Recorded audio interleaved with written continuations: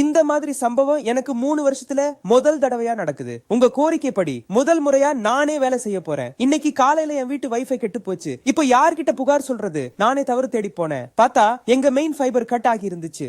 சுற்றியுள்ளவர்கள் சொன்னார்கள் solar light கம்பம் போடும்போது இந்த வயர்களை வெட்டி விட்டார்கள். இதை இணைப்பது பெரும்பாடு. ஏனில் இதுல லூப் இல்லை. இதுல புதிய கேபிள் சேர்க்க வேண்டும். அதனாலதான் நாங்கள் இந்த 12 கோர் ஃபைபரை எடுக்க வந்திருக்கிறோம். நாங்கள் இந்த கேபிளை எடுத்து எங்கள் தண்ணீர் வண்டியில ஏற்றி இடத்திற்கு கொண்டு செல்கிறோம். பிறகு கழுவா இழுத்து கம்பத்தில் கட்ட தொடங்குகிறான். இந்த வேலைக்கு பொதுவாக 4 பேர் தேவை. ஆனால் நாங்கள் 2 மட்டுமே செய்கிறோம். கழுவா கம்பத்தில் கட்டுகிறான், நான் தனியாக கேபிளை இழுக்கிறேன். கேபிளை இழுத்த பிறகு அதை உரிக்க தொடங்குகிறோம். இதுவும் ஒரு தந்திரமான வேலைதான், ஆனால் நிறைய உழைப்பு தேவை. 2 கேபிள்களையும் போட்டு நாம் 2ஐயும் உரித்து விட்டோம்.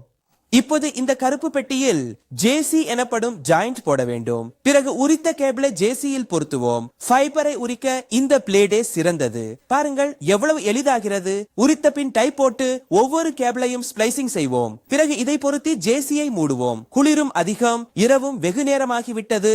சாலை வெறிச்சோடி விட்டது. அடுத்த வேலைகளை பகுதி 2 காட்டுகிறேன். 2ஆம் ஜேசிபி வேலையை முடிப்பேன். பார்க்க சப்ஸ்கிரைப் செய்ய மறக்காதீர்கள்.